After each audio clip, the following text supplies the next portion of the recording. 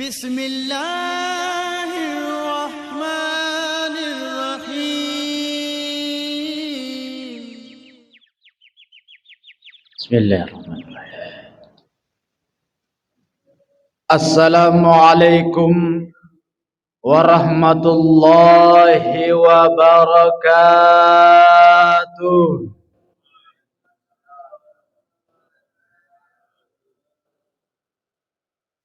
الحمد لله رب العالمين وبه نستعين على أمور الدنيا والدين والصلاة والسلام على سيدنا رسول الله أجمعين. اللهم صل وسلم وبارك على سيدنا محمد النبي الأمي وعلى آله وصحبه وبارك وسلم. اللهم صل على سيدنا محمد وعلى آل سيدنا محمد. Marilah kita memanjatkan puji syukur kita kehadirat Allah Subhanahu wa taala yang telah dengan karunia-Nya sehingga kita bisa melakukan ibadah salat subuh secara berjamaah pada kesempatan pagi hari ini. Salatu wassalamu ala nabiyyina Muhammadin sallallahu alaihi wasallam yang telah membimbing dan merintis umat manusia dengan ucapan Allahumma salli ala sayyidina Muhammad wa ala ali sayyidina Muhammad. Tak berpanjang kalam kita membahas tentang bagaimana perjuangan daripada baginda Nabi sallallahu alaihi wasallam, karena sudah terlalu banyak kita membahas tentang hal itu sebelumnya. Namun ada beberapa pembahasan kemarin kita tak habiskan di suratul Fatihah supaya berkesinambungan pembahasan dari awal sampai akhir. Pada minggu kemarin telah sampailah kita kepada ayat yang berbunyi Malik Yaumiddin, yang menguasai hari pembalasan, hari perhitungan, dan itu sudah dijelaskan pada minggu yang lalu. Iyyaka na'budu wa iyyaka nasta'in pun sudah dijelaskan pada minggu yang lalu. Nah, hadirin sekalian jamaah salat subuh rahimakumullah, pada kesempatan pagi hari ini kita akan membahas ayat selanjutnya. Ihdinas siratal mustaqim. Ayat yang ke-6 ini mengajarkan kepada umat manusia. Ihdi. Kata ihdi ini adalah seumpama permintaan manusia kepada Rabb-Nya. Ya Allah, berilah kami hidayah, berilah kami petunjuk, tunjukilah kami jalan yang lurus, jalan yang menuju kepada ridha-Mu. Kenapa Allah membahasakan bahasa yang seperti itu? Sekali lagi ditekankan, mengajarkan kepada manusia bagaimana dia bersifat dan menghamba kepada yang menciptakan dirinya. Kalau dikaji secara awam, ihdinas siratal mustaqim, mungkin orang awam mengatakan, kenapa Allah mengatakan ihdinas siratal mustaqim, sedangkan Allah sendiri yang menciptakan? Lalu kepada siapa Allah menghamba? Kepada siapa Allah memohon? Kepada siapa Allah meminta petunjuk? Di sini ayat yang mengatakan ihdinas siratal mustaqim bukan berarti Allah meminta petunjuk kepada yang lain. Tapi seperti yang sering dijelaskan dari awal, ini kalimat mengajarkan kepada manusia bagaimana caranya menghambakan diri kepada yang menciptakan daripada manusia tersebut. Ya Allah, ihdinas siratal mustaqim. Berilah kami petunjuk, berilah kami hidayah yang menuju kepada ridha-Mu. Hadirin jamaah salat subuh yang dirahmati Allah. Berbicara tentang hidayah yang ditekankan pada kalimat ihdinas siratal mustaqim ini dibagi menjadi beberapa bagian. Ada namanya hidayah naluri yang lughatil arabiyahnya dinamakan dengan gharizah. Di dalam hidayah naluri ini kadang-kadang jarang sekali dipikirkan oleh hamba Allah sebagai umat manusia. Kalau dikaji secara mendalam, ada anak yang baru lahir dari rahim ibunya melalui jalan lahirnya bayi, setelah itu disusui. Ada tidak orang mengajarkan kepada bayi bagaimana cara menyusu? Tidak ada. Kenapa bayi baru lahir sampai tahu bagaimana caranya menyusu? Itu karena hidayah naluri. Itu tidak perlu dipelajari dan tidak perlu diajarkan oleh orang lain. Allah sudah menanamkan nikmat itu kepada umat manusia khususnya dan seluruh makhluk pada umumnya. Binatang tak pernah ada sekolah binatang, pandai dia berlari. Binatang tak pernah ada yang mengajarinya nyusu, pandai dia nyusu. Lahir nyusu binatang. Apalagi manusia. Ini yang dinamakan dengan hidayah ghariza. Kalau bahasa Indonesianya naluri. Di sini naluri bermain. Satu contoh lagi kita contohkan untuk hidayah naluri.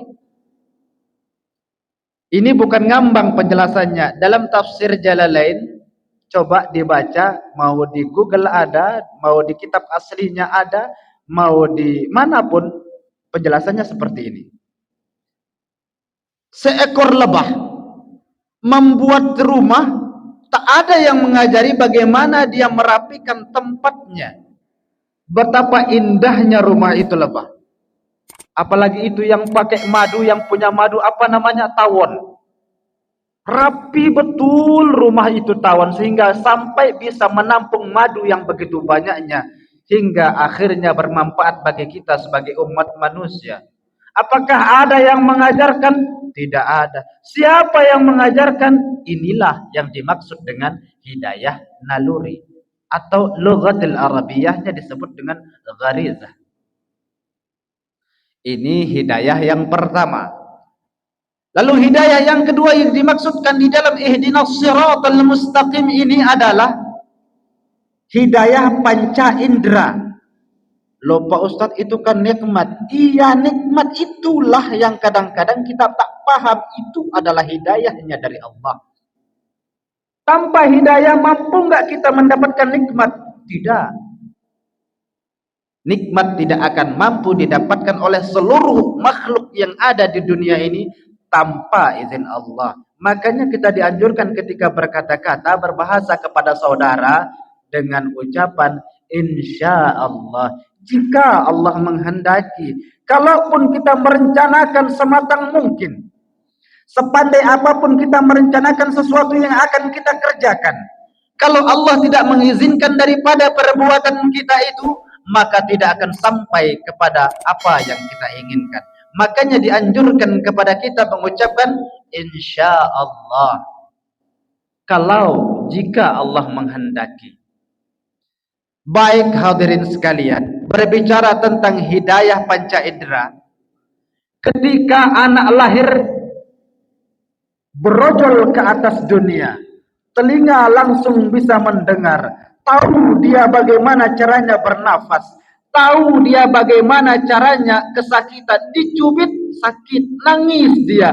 Apa ada yang mengajari? Kalau ada yang cubit kau nangis, tak ada. Kalau ada yang ngomong kau dengarkan pakai ini, tak ada yang menjelaskan. Tapi ketika lahir itu bayi, sudah tahu dia bagaimana cara mendengarkan. Tahu dia bagaimana caranya menangis. Tahu dia bagaimana caranya mengekspresikan segala sesuatu yang didapatkan ketika dia dilahirkan di atas dunia. Inilah yang dimaksud dengan hidayah panca indera. Ihdinas siratal mustaqim. Ini kita belum sampai kepada intinya. Kita masih berbicara tentang siratal mustaqim. Apa sih yang dimaksudkan di dalam Al-Fatihah itu? Apakah siratal mustaqim yang dijanjikan nanti ketika hari penghisaban kita akan berjalan di atasnya? Tidak.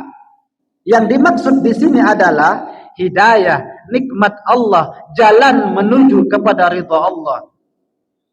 Apakah nyambung juga dengan siratal mustaqim yang dimaksudkan nanti ketika di yaumil akhir? Nyambung. Karena kalau tak mampu mendapatkan ridha Allah, tak mampu juga berjalan di siratal mustaqim yang dimaksudkan itu.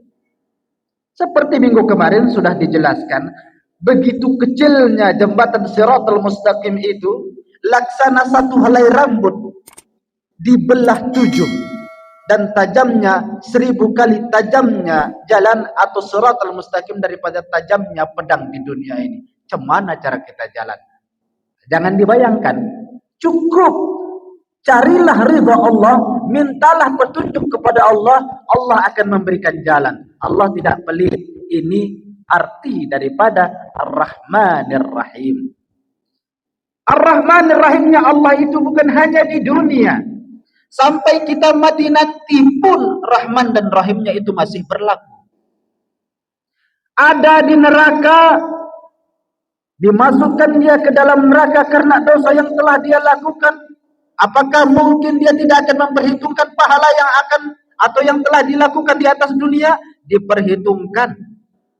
Allah masih mengasihi dan menyayangi hambanya, meskipun di dunia dia melakukan dosa begitu besar.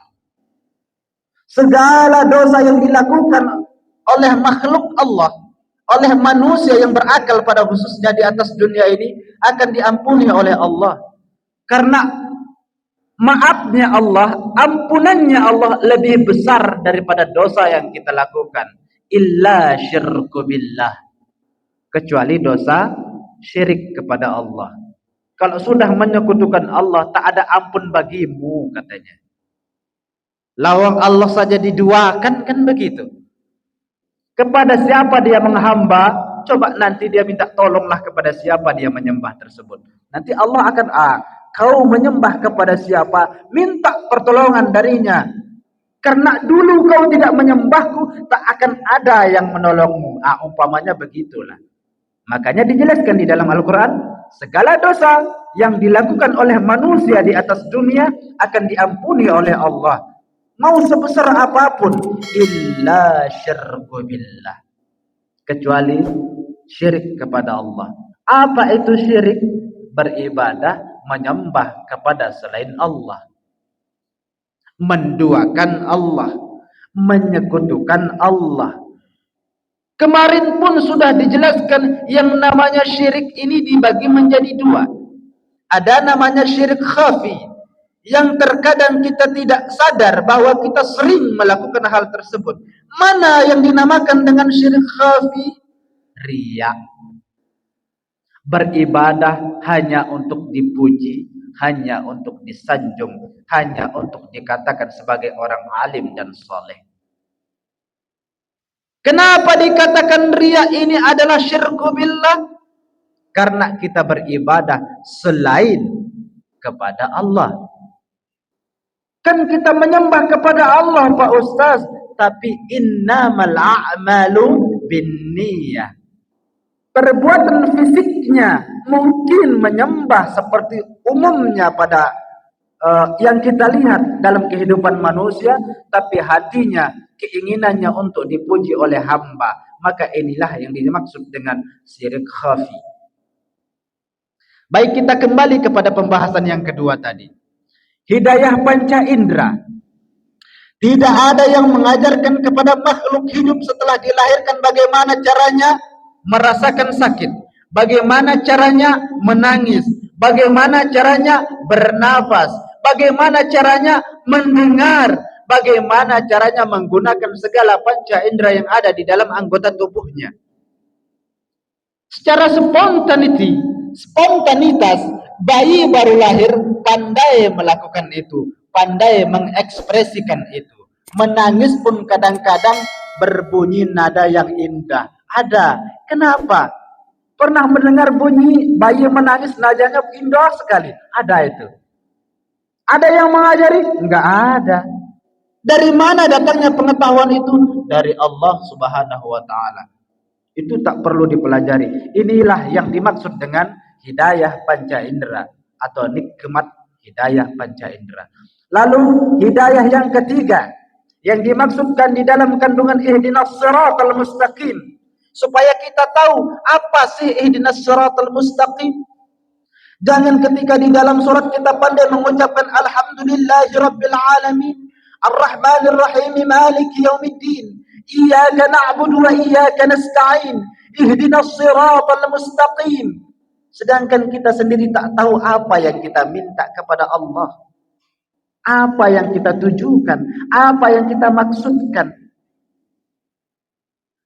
Jadi makanya telah dijelaskan oleh sebagian ulama, afdhalud du'a, bahasa yang dipahami. Afdolnya sebuah doa itu bahasa yang kita faham. Jangan sampai gara-gara kita malu kepada tetangga atau teman sendiri, malu dikatakan bodoh, mementang-mentang dia lulusan S3, tapi dia nggak pernah belajar berdoa, lalu berdoa menggunakan bahasa Arab. Bahasa Arabnya harokatnya di sini, barisnya di sana, hurufnya di sini. Oi, keluntang-kelintung berdoa kepada Allah. Dia pun yang berdoa tak tahu maknanya. Kira-kira terkabul enggak? Orang kita sendiri minta kepada Allah tak tahu apa yang kita minta. Coba umpamanya begini. Mak, saya minta ini loh, Mak. Iya apa, Nak? Ini loh, Mak. Saya minta apa namanya ini loh, Mak. Ibu paham enggak? Bukan berarti Allah enggak paham, Allah paham. Makanya dikatakan afdhalud du'a, afdalnya doa, bukan berarti doanya enggak diterima. Ud'uni astajib lakum. Meskipun kita tak tahu artinya, kita berdoa, Allah sudah paham sebenarnya. Tapi kadang kalau orang enggak paham, dia berdoa dengan doa yang salah. Apa maksudnya doa yang salah? Karena lughatil Arabiyyah beda harokatnya, jauh maknanya berbeda. Contoh kecil. Beda satu huruf pengucapannya saja, maka jauh berbeda maknanya. Contoh kecil, saya kasih contoh. Qalbu artinya hati. Ya muqallibal qulub tsabbit qalbi ala dinik. Qalbu artinya hati. Kalau kalbu, mohon maaf, artinya anjing. Qalbu dengan kalbu, jangan sampai memastikan kalbu bisabit kalbi ala, salah, nanti anjing artinya. Itu yang saya maksudkan. Kalau tak tahu doa itu, jangan dilontarkan. Lebih baik berdoa kepada Allah. Ya Allah, ya Rabb, ampunilah dosa-dosa kami, ampunilah dosa kedua orang tua kami, lindungilah kami dari segala mara bahaya yang akan menimpa keluarga kami, jauhkanlah kami dari segala perbuatan dosa ya Rabb. Allah paham kok segala bahasa. Lawang yang menciptakan bahasa adalah Allah, kan begitu. Oh, Allah enggak paham nih bahasa Jepang. Yang ciptakan bahasa Allah, bahasa apapun Allah paham. Makanya afdalnya doa adalah doa yang dipahami oleh orang yang meminta itu sendiri. Tapi kenapa di dalam adat bermasyarakat biasanya menggunakan bahasa Arab? Karena dijelaskan bahasa Arab adalah bahasa syurga. Maka diutamakan menggunakan bahasa Arab berdoa kepada Allah, karena itu adalah bahasanya surga. Semua orang surga diriwayatkan dalam sebuah riwayat akan berkomunikasi dengan menggunakan bahasa Arab. Pak Ustaz, kami enggak pernah belajar bahasa Arab. Dengan izin Allah kalau udah masuk surga, paham kita itu bahasa. Lawang anak kecil aja lahir ke sini, apa namanya, Nongsa Arira Garden, lahir, dia enggak pernah belajar bahasa Indonesia. Tapi ketika lahir bahasa Indonesia. Jangan sampai ada tetangga saya pulang-pulang dari Senggigi, tempat bule-bule berjemur, dia heran betul. Pak Ustaz, ya ada apa? Saya dari Senggigi, terus di sana saya melihat anak bule banyak sekali. Ah, gimana? Oh, pandai betul dia bahasa Inggris. Anak-anak kita yang udah besar mana bisa? Lawang bahasanya. Dia heran betul. Saya kira dia bercanda, tapi ternyata memang betul dia terheran-heran. Baru saya jelaskan, Pak, itu bahasa mereka. Karena lahirnya mereka berkomunikasi orang tuanya dengan menggunakan bahasa Inggris. Coba suruh dia bahasa Indonesia, mungkin nggak dia bisa? Oh iya ya, baru dia ngeh gitu. Tapi pas saat pertama jumpa dengan saya, dia heran betul. Pak Ustaz, ada di sana di Senggigi, saya temukan anak itu kecil sekali, pandai betul dia bahasa Inggris. Oh, heran betul dia. Seperti itulah. Ada sesuatu kadang-kadang yang tak harus dipelajari kita sudah paham. Seperti bahasa tadi. Ini yang dinamakan dengan nikmat dari Allah juga yang nggak perlu dipelajari. Ada kadang-kadang bahasa yang dipelajari sehingga bisa menjadi bahasa yang teratur, sopan dan baik. Itu akan ada di pembahasan selanjutnya setelah ini. Kita hanya membahas tentang pembahasan panca indera, hidayah panca indera. Ada banyak, seluruh anggota tubuh kita ini bisa merasakan sesuatu yang tidak pernah dipelajari sebelumnya. Mata dipergunakan untuk apa? Enggak pernah dijelaskan. Ketika bayi baru lahir, ini matamu kok gunakan untuk melihat ya, jangan kugunakan untuk berak. Enggak ada yang begitu. Mata sudah tahu gunanya apa? Untuk melihat.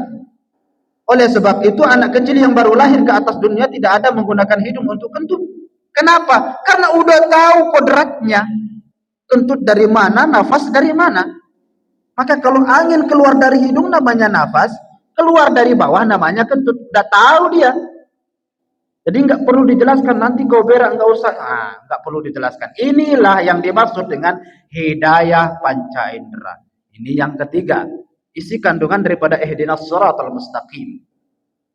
Lalu selanjutnya di dalam tafsir Jalalain pun dijelaskan. Ihdinas shiratal mustaqim, ada hidayah yang keempat. Hidayah yang keempat ini yang keempat apa yang ketiga? Yang tadi naluri, yang kedua panca indera, yang ketiga. Yang ketiga hidayah akal. Akal ini enggak pernah kita minta. Enggak pernah kita pesan, enggak pernah kita suruh atur, enggak pernah kita suruh setting, tiba-tiba dikasih akal. Hidayah akal diberikan kepada manusia saja, tidak diberikan kepada binatang. Hingga pada akhirnya segala nikmat, segala hidayah yang sebelumnya tadi kita bahas bisa diatur oleh akal ini. Yang tadinya binatang lahir menyusui tanpa diajari dia bisa menyusui, mencari makan dia bisa mencari makan tanpa diajarkan, berlari-lari di tengah hutan, berkomunikasi dengan anggota teman atau binatang yang lain tak perlu diajarkan, mereka sudah paham. Tak ada ceritanya sekolah binatang, sekolah sapi, sekolah burung, nggak ada. Mereka sudah paham bagaimana berinteraksi dengan tetangga mereka. Kalau bahasa kita tetangga, yang berdekatan tetangga begitu. Mereka sudah paham, itu tak perlu dipelajari. Sedangkan berbicara tentang hidayah akal ini yang mengatur daripada tata cara mengelola hidayah naluri dan hidayah panca indera ini. Yang sebelumnya kita tidak menggunakan akal, misalnya di dalam mencari nafkah, sama-sama mencari rezeki, sama-sama mencari makan. Jika tidak diatur dengan akal, dengan aturan yang telah ditentukan oleh Allah Subhanahu wa taala, maka bisa saja kita mencari rezeki dengan cara yang tidak diperbolehkan. Contoh kecil, orang bekerja di PT, orang bekerja sebagai guru di sekolah, orang bekerja sebagai marbot masjid, orang bekerja sebagai marbot sekolah. Itu bekerja dengan cara yang baik, dengan aturan yang telah ditentukan. Pun dinamakan dengan mencari nafkah. Ada orang mencuri, menipu, merampok dan lain sebagainya, pun dikatakan mencari nafkah. Akan tetapi yang membedakan ini menjadi baik dan tidak baik adalah al-aqlu. Makanya sering dijelaskan di dalam Al-Quran, afala ta'qilun, afala tatafakkarun. Maka pergunakanlah akal dan pikiran sehingga kita bisa membedakan mana yang hak dan mana yang batil. Terkadang kita sebagai hamba Allah jarang sekali kita mau memperhatikan hal itu. Adapun yang tahu itu haram masih saja dijalankan, apalagi yang enggak tahu. Nah, kadang-kadang ini mohon kita semua umat manusia hamba Allah, pergunakanlah akal kita untuk mendekatkan diri kepada Allah. Karena inilah yang dimaksud di dalam ihdinas shiratal mustaqim. Lalu setelah kita diberikan hidayah akal, ada namanya hidayah qalbu.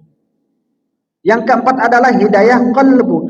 Akal kita main, akal kita menerima, hati tak menerima, ini hancur akibatnya. Apa contohnya? Abu Lahab, Abu Jahal, tahu dia yang dibawa oleh Rasulullah itu benar, tahu dia bahwa Rasulullah itu adalah orang yang jujur, tahu dia bahwa Rasulullah itu tidak pernah berbohong, paham dia agama yang dibawa oleh Rasulullah itu agama yang benar, tapi karena al-qalbunya tidak mendapatkan hidayah, keras hatinya, makanya dikatakan kafir. Apa arti kafir? Menutup. Cover. Kalau bahasa Inggris cover. Ini ada buku, ada covernya. Apa guna cover? Apa fungsi cover? Menutup. Kafir artinya apa? Menutup. Apa yang ditutup? Hati. Kok hati ditutup? Artinya begini. Hatinya yang mengimani dan mempercayai apa yang dibawa oleh Rasulullah sengaja ditutup. Meski akalnya mengatakan, oh ini benar.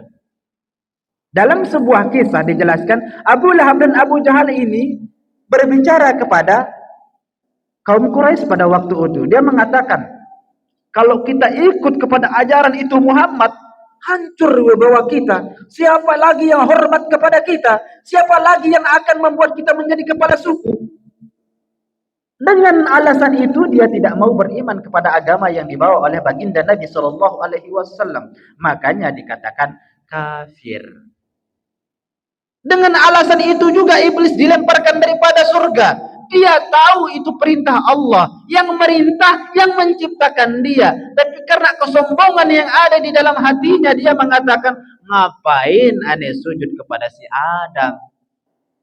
Ana khuliqtu minan nar wa huwa khuliqtu min tin. Aku lebih mulia, saya diciptakan dari api, dia dari tanah. Ngapain aneh sujud, kata iblis. Dia tahu itu perintah Allah, tapi dia tolak karena apa? Karena kalbunya ditutupi dengan hati yang sombong dan takabur. Nah, hidayah hati ini semoga kita mendapatkan itu. Karena banyak kita yang berpikir, kita tahu azan berkumandang, kita tahu waktu sholat telah tiba, hati tertutup, tidurlah kita. Hati tertutup, manjalah kita. Hati tertutup, menjauhlah kita. Di masjid begitu besar suara speaker. Allahu Akbar, Allahu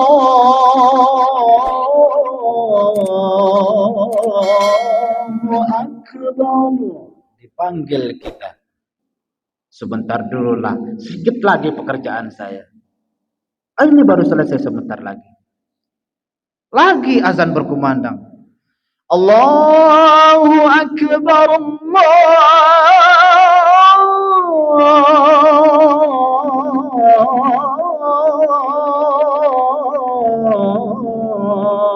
Akbar. Apa sih dia baru azan, belum iqamah. Baru setelah iqamah lari sekencang-kencangnya. Baru sampai masjid keringat bercucuran. Kaki lupa dicuci. Akhirnya masbuk. Sholat tak khusyuk. Limadha? Tergesa-gesa. Napas begitu. Alhamdulillah. Inilah yang dimaksud dengan ulama mengatakan, apa kata ulama di dalam sebuah syair, fit ta'annis salamah wa fil ajalatin nadamah. Ini bukan hadis, tapi syair. Di dalam kehati-hatian itu terdapat sebuah keselamatan. Kalau sudah tahu azan berkumandang dari awal, ya udah lepas. Pelan-pelan aja sampai ke masjid. Jangan terburu-buru, tergesa-gesa. Wa fil ajalatin nadamah, dan di dalam ketergesa-gesaan itu terdapat sebuah mudarat dan penyesalan. Ya, apapun itu bentuknya. Mau pakai sepeda motor, mau pergi sholat ke masjid, mau pergi bekerja, jangan tergesa-gesa. Takutnya digas 100 gasnya. Ini terlambat nih, digas tiba-tiba nabrak. Ada penyesalan di situ. Solat pun begitu. Makanya gambaran solat dan ibadah kepada Allah ini adalah menggambarkan bagaimana kita menyikapi hidup selama kita hidup di atas dunia. Tergesa-gesa dalam solat menandakan orang itu tergesa-gesa di dalam melakukan suatu aktivitas di dalam kehidupan sehari-harinya. Lupa dengan solat, lupa dengan tanggung jawabnya. Secara otomatis orang itu tidak bertanggung jawab. Orang tanggung jawab kepada Tuhan aja dilalaikan, apalagi tanggung jawab kepada manusia. Makanya makin bagus solatnya, makin bagus imannya, makin benar akhlaknya, makin jelas kelakuannya. Dia jarang solatnya, secara otomatis kelakuannya pun akan buruk. Inna salata tanha 'anil fahsai wal munkar. Inilah yang dimaksud. As-salatu huwa du'a, as-salatu huwa zikr. Salat itu adalah doa, salat itu adalah ingat. Jadi jangan bertanya banyak orang yang solat Pak Ustaz 5 kali sehari rajin solatnya, tapi minum khamarnya jalan, mencurinya oke, maksiatnya jalan terus. Itu karena solatnya yang enggak benar. Mana solatnya yang enggak benar? Az-zikr. As-salatu huwa zikr. Salat itu adalah ingat. Afdhalu zikri fa'lam annahu la ilaha illallah. Bukan itu saja yang namanya zikir. Ingat Allah saja zikir. Karena asal kata zikir artinya ingat. Mau metik mangga orang, ada Allah. Zikir itu ingat. Enggak perlu la ilaha illallah, la ilaha illallah, subhanallah. Bukan itu saja yang namanya zikir. Ingat Allah, ada yang memantau kita, itu namanya zikir.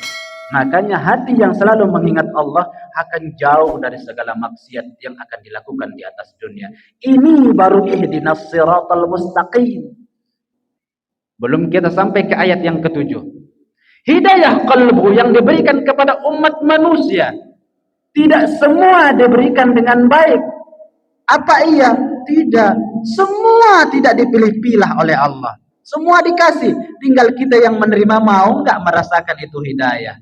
Mau enggak menerima itu nikmat, mau enggak mengelola itu akal pikiran dan bersinambungan dengan kalbu, sehingga kita bisa mempersatukan kalbu dengan akal untuk menyembah Allah. Itu tergantung manusianya. Karena kesombongan, karena ego, karena apa yang kita inginkan berbeda dengan apa yang disyariatkan oleh Allah, hingga akhirnya syariat Allah kita lalaikan. Syariat Allah mengatakan jangan kau mencuri, tapi karena ego kita mengatakan ini harus saya miliki meskipun bukan saya yang punya, maka dilanggarlah itu. Ini hidayah qalbunya tidak dipergunakan dengan baik. Apa bedanya kita dengan binatang apabila kita tidak afala tatafakkarun? Makanya dijelaskan ada kadang-kadang manusia itu lebih hina daripada binatang, dan ada kadang-kadang manusia itu lebih mulia daripada malaikat. Siapa yang lebih mulia daripada malaikat? Yang menggunakan akal dan kalbunya selalu di dalam jalan syariat Allah. Mana manusia yang lebih hina daripada binatang? Yang tidak menggunakan akalnya, yang melakukan perbuatan seperti yang dilakukan oleh binatang. Tapi sudah cerah di sana. Ihdinas siratal mustaqim aja belum habis sebenarnya. Dalam tafsir Jalalain itu ada 4 lembar. 4 lembar penjelasan tentang ini. Ini baru 2 lembar. Kurang 2 lembar. Bahas tuntas sampai jam 8 dia nanti. Ini ada aktivitas yang lain. Mungkin semoga hal ini bisa kita pahami bersama hadirin sekalian. Inilah yang dimaksud dengan ihdinas siratal mustaqim. Yang pertama adalah hidayah naluri. Yang kedua adalah hidayah panca indera. Yang ketiga adalah hidayah akal. Yang keempat adalah hidayah qalbu. Inilah yang kita mohon daripada Allah. Semoga kita mendapatkan itu semua. Di dalam solat kita selalu kita bisikkan, selalu kita bacakan ihdinas siratal mustaqim. Sebelum kita akhiri, marilah kita berdoa kepada Allah Subhanahu wa taala, semoga segala yang kita lakukan pada kesempatan hari ini dicatat sebagai amal ibadah, dan semoga kita dimasukkan dakhalal jannah bighairi hisab. Alhamdulillahirabbil alamin. Shalatu wassalamu ala asrafil anbiya'i wal mursalin sayyidina wa maulana Muhammadin wa ala alihi wa sahbihi ajma'in. Allahumma aslih wulata umuril muslimin ajma'in ووفقهم لما تحبه وترضاه من في والبلاد يا كريم. اللهم ربنا ظلمنا أنفسنا وإن لم تغفر لنا وترحمنا لنكونن من الخاسرين. ربنا اغفر لنا ذنوبنا ولوالدينا وارحمهما كما ربونا صغارا. ربنا هب لنا من أزواجنا وذريتنا قرة أعين واجعلنا للمتقين إماما. ربنا آتنا في الدنيا حسنة وفي الآخرة حسنة وقنا عذاب النار. والحمد لله رب العالمين. تقبل الله منكم minna wa minkum taqabbal ya karim. Sekian, wassalamualaikum warahmatullahi wabarakatuh. Waalaikumsalam warahmatullahi wabarakatuh.